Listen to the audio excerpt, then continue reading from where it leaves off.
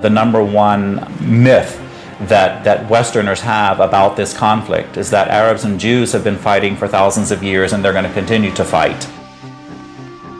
This is really quite bizarre because all it takes is a little bit of reading of history to find out that this just isn't true. There is no congenital historical enmity between the Arabs and the Jews. The Jews flourished in the Arab world at a time when they were being persecuted throughout all of Europe. At the end of the 19th century, because of anti-Semitism in Europe, European Jews began to try and figure out a solution to the Jewish problem. A very small minority adhered to Zionism, the idea that the only place in which they could be safe is within the Jewish state. Zionist Jews actually had a design on the land of Palestine, the idea of creating a homeland for Jews in the land of Palestine. And this is really the beginning of the conflict. The mainstream Israeli Jewish society believed, because that's the way they had been educated, that Palestine was empty, had been empty when the Jewish settlers came there. Who paid the price when they settled there? Is it really true that Israel was a land without a people for a people without a land? Palestine was not empty. It was a land populated by Arabs who had a high level of culture, a high level of education. With farms and markets and towns and villages and roads and commerce and lots of interaction with the rest of the world. The population was overwhelmingly Arab.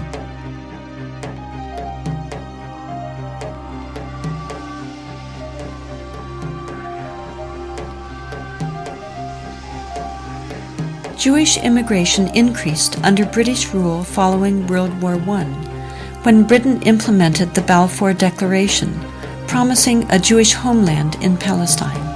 This measure conflicted with Britain's previous promise of self-rule for Arab inhabitants throughout the region. Britain was basically extremely supportive of the Zionist movement. It helped to establish all of the structures of a state. At the same time, the Arabs of Palestine were denied the right of self-determination.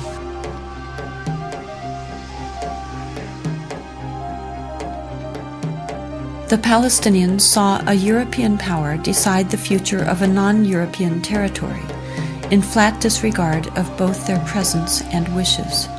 In the 1920s, as land was being stripped away from local residents, the first clashes between Palestinians and Jews began, and would continue on for years to come.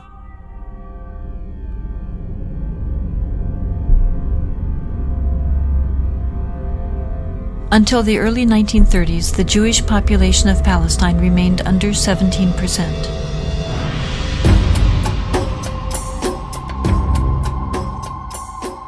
Hitler's rise to power in Germany completely changed that. In just 5 years, 174,000 Jews flooded into Palestine, doubling their population.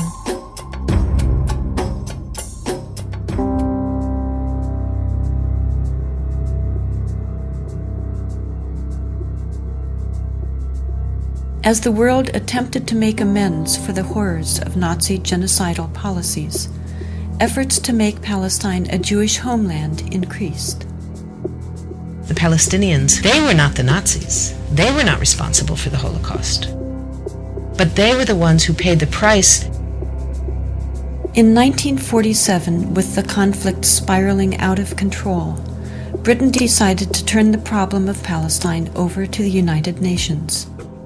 The UN, under pressure, proposed to divide the land into two states, an Arab state and a Jewish state. Arabs were to be given 43% of the land, despite the fact that they made up more than 2/3 of the population and owned over 92% of the land.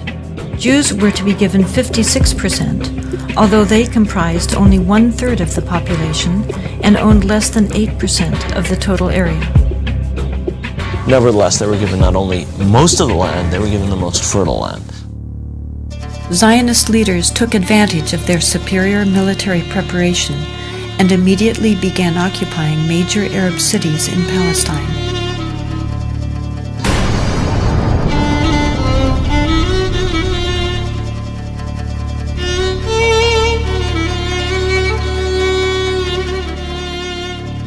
was among the people that conquered Akko. When we were walking around, we entered a flat. There was a pair of shoes of a small child, maybe 2 years old. They didn't have time to put on the shoes, so they left the shoes and they ran away. They left everything.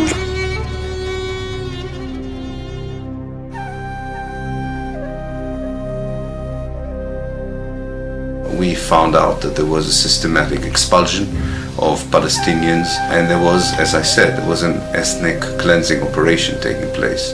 The most infamous campaign was the massacre at the village of Deir Yassin, where over 100 men, women, and children were systematically murdered. هذا البيت ما كان متخبين فيه أنا وولادي وأخويا موسى. ما كان لي أنا عند أخوي موسى مشان نتونس بألق فيه هذا البيت. أجوا قالوا لما كنا بالبيت كنا مش كسر خبطنا الكنبلة وجينا صوبتنا وبنت الصوابت لمسحوا ولادي. وكان بعد ما راحت المراكة الحالة كسروا الباب عليهم وطلعونا. بدهم يقتلوا أخوي مسادبة فيه على وجه اللي يقتلوه. وتناولت 250 ليرة من عدة وقلت يا خواجة بس مشان الله الطالب بالدسات قلت للشي قال لي كتير انت كويس هات المصاري وبارس في خوتي الحنو شو تسويش فيها خوتي الحنو أجراك يا ويلي هي زبطك على السلام راكحني وذلك اليوم حط لك الخمس سير ويكون راسك في موسك الدم حط لك 5 مليون تحت راسك.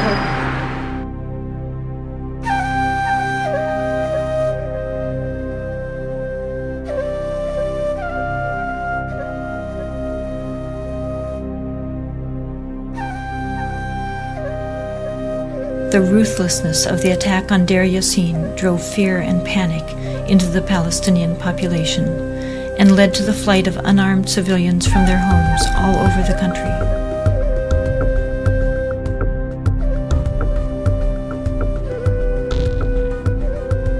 The Israeli army cleansed much of the territory and took over a large part of the designated Palestinian state.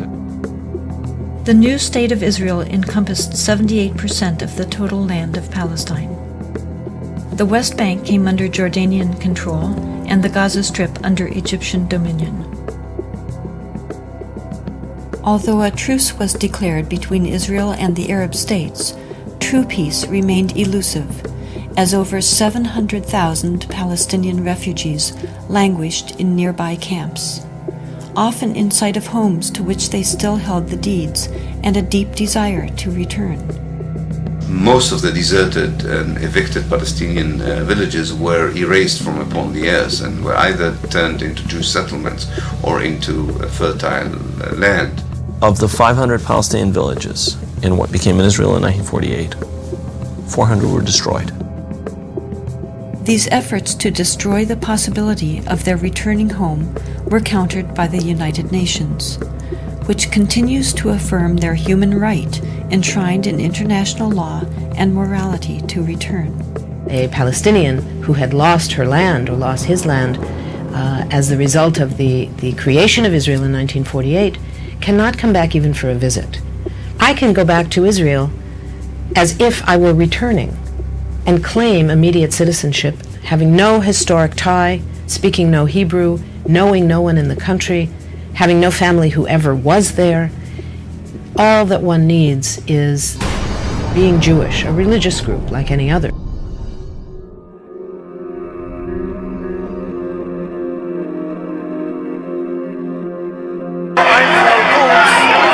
I'm a witness. I know the Arabs are very good. No problem till the Zionist movement start. My grandmother told me before the Zionist movement start, they babysitting each other, the kids.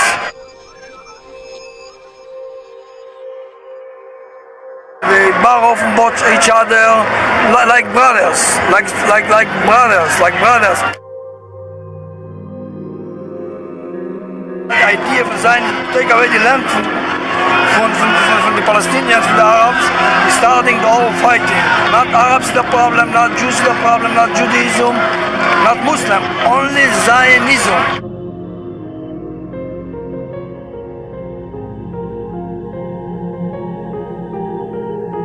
The events of 1948 were a defining moment for the Middle East and from that point onward created instability throughout the region. Violent tensions continued and led to another war in 1967.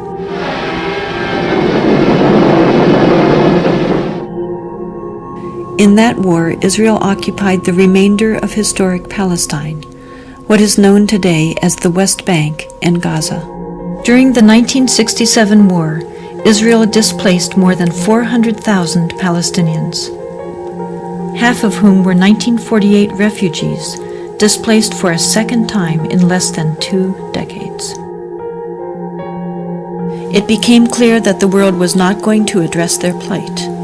Palestinians in Israel lived as third-class citizens of a state whose core identity excluded them, while those in the newly occupied territories and abroad continued as dispossessed refugees. The United Nations passed resolution after resolution affirming their rights. Leaders of surrounding Arab nations verbally championed their cause, but failed to take action. Finally, Palestinians took matters into their own hands. There was a mass uprising, in Arabic an intifada, shaking off, as people throughout the West Bank and Gaza Strip rebelled.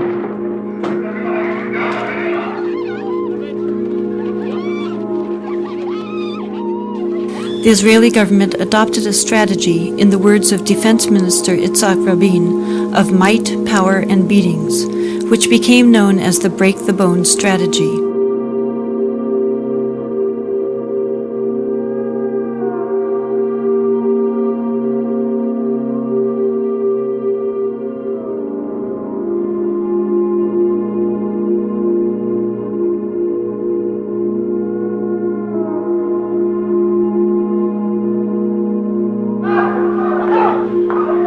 Thousands of Palestinians were rounded up and imprisoned.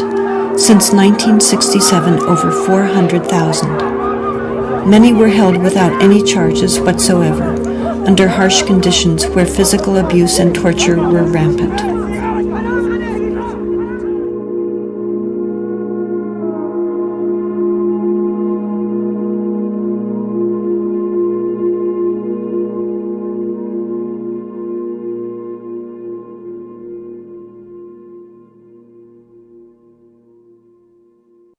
Today, we bear witness to an extraordinary act in one of history's defining dramas. The Oslo process begins officially with the handshake on the White House lawn.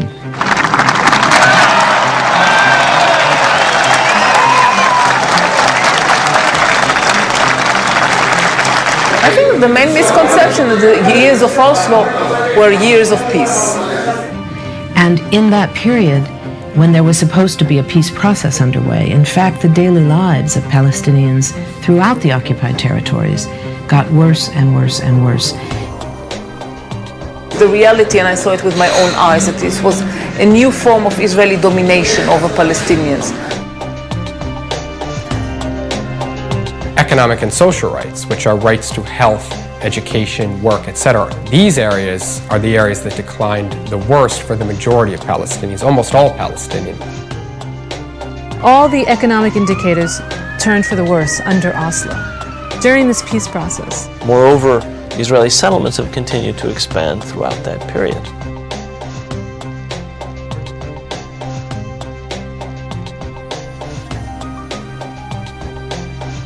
At the same time that Israeli control was expanding, the Palestinian Authority was given the trappings of power over the shrinking and non-contiguous Palestinian land, being held out as a future Palestinian state. The challenges of governing for the Palestine Authority are extraordinarily complex. This is an authority that has very little authority. It has virtually no power. Its power is derivative. It has the power that is given to it by Israel, and at any moment, any of those powers can be taken away. It was very convenient to believe that there is no occupation, that the occupation is over. How many aspects in your life somebody else determines for you? This is occupation. And Israel could determine, in the last 10 years, could determine everything. While Americans were being told by the media that a peace process was moving forward, Israel continued its policy of home demolitions. Since 1967, about 12,000 Palestinian homes have been demolished. More than 700 of those homes were demolished during the Oslo peace process. What you've got to have, and I think it's a fair demand on the part of Palestinians, that during the process of negotiation, you're not turning over more and more territory to Israeli settlers and changing the character of the land that you're supposed to be negotiating about. The notion that this is going to be a negotiable question does not ring true to any Palestinian who lives up against one of these settlements, which are continually expanding. And what does it mean to expand? It means you steal more land. Abdul Jawad is a Palestinian farmer whose family has lived there and tended the land for centuries. The Israeli authorities have confiscated countless acres of their farmland.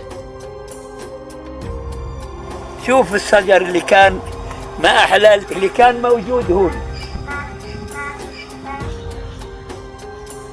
يعني كيف واحد بقعد في جنة أنا مسوي جنة هون. شوف شو بدال الجنة شوف شو سووا معاي. شوف شو عليك بتتفرج شو هذا اللي سووه هون.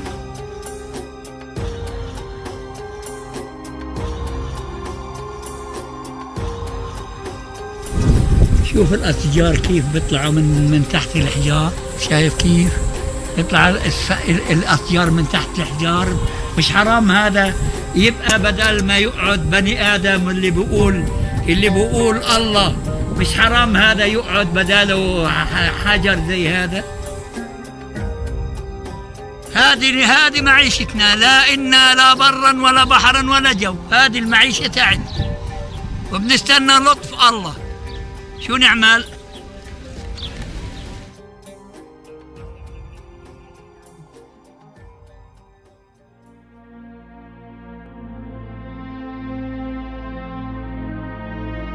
These settlers live and prosper at the expense of the Palestinians and the Palestinians' well-being, present well-being and future well-being.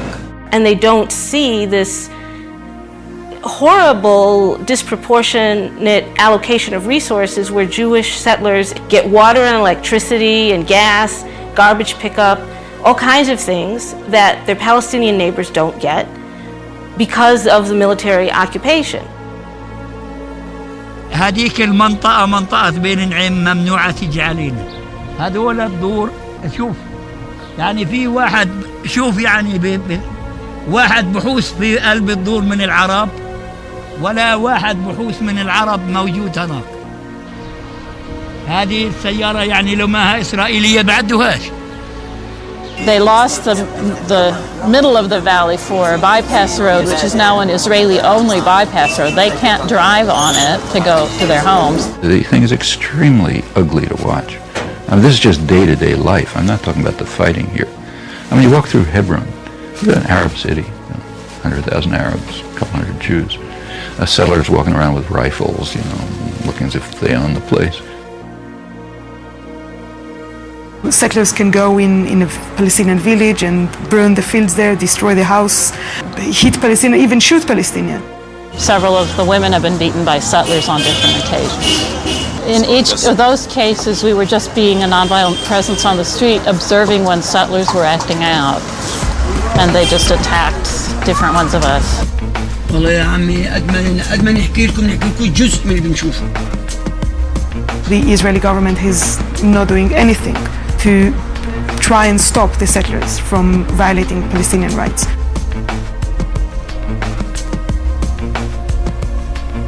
From all the cases that settlers actually killed Palestinians, very few were accused of murders, but then the president came and gave amnesty or shortened the punishment that they received from the court. In some cases, they cooperate with them. They guard there. Like one case, the settlers went and took a house, Palestinian house, and just said, "Well, now it's ours."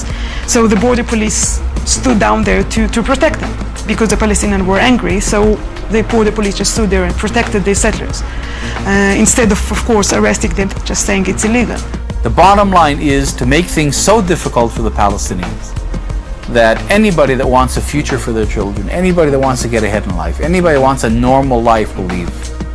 يعني أنو اللي عنده جنة زي هذه ويعني بده يرحل وبده يروح ويرحل ويدشرها. وين بدنا نروح احنا وندشر أرضنا اللي زي هذه؟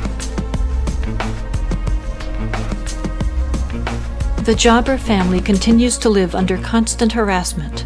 Most recently, Abdul Jawad broke his leg while trying to protect his grandchildren from settler attacks. Many of us feel hostage, that we're held hostage to the settlers. Because I think the vast majority of Israelis don't care about the occupied territories. But we're held hostage to the settlers that have enough political power within the Israeli political system that they can frustrate any attempt to get them out. And as long as they're there, the Palestinians can't possibly make peace. There are two kinds of settlers, basically. There are the ideological settlers who feel that these territories have been promised to the Jewish people by God, and they feel that every place which is mentioned in the Bible, they have not only the right but the sacred duty to come and to build a modern Jewish settlement. And if Palestinians who live on that spot have other ideas, then they have the right to break their resistance by force or to call in the army.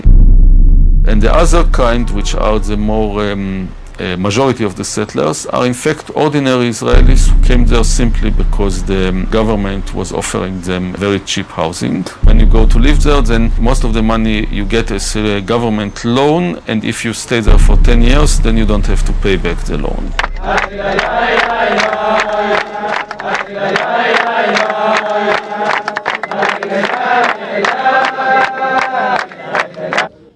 Well, I think the unpleasant and unavoidable comparison is with South Africa during the apartheid period. And I must say that having visited South Africa, that they were much better off than the Palestinians living in the refugee camps.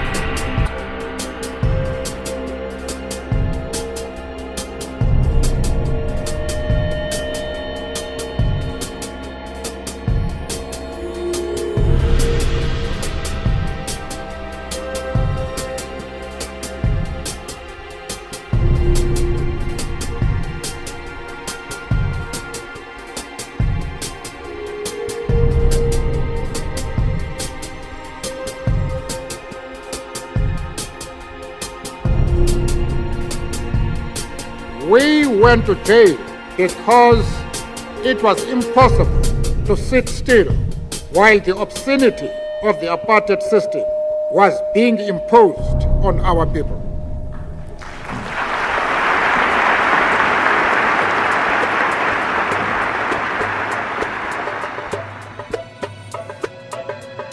The United States is seen quite correctly as being the sole supporter of Israel, and that Israel would not be able to do what it is doing without American green light.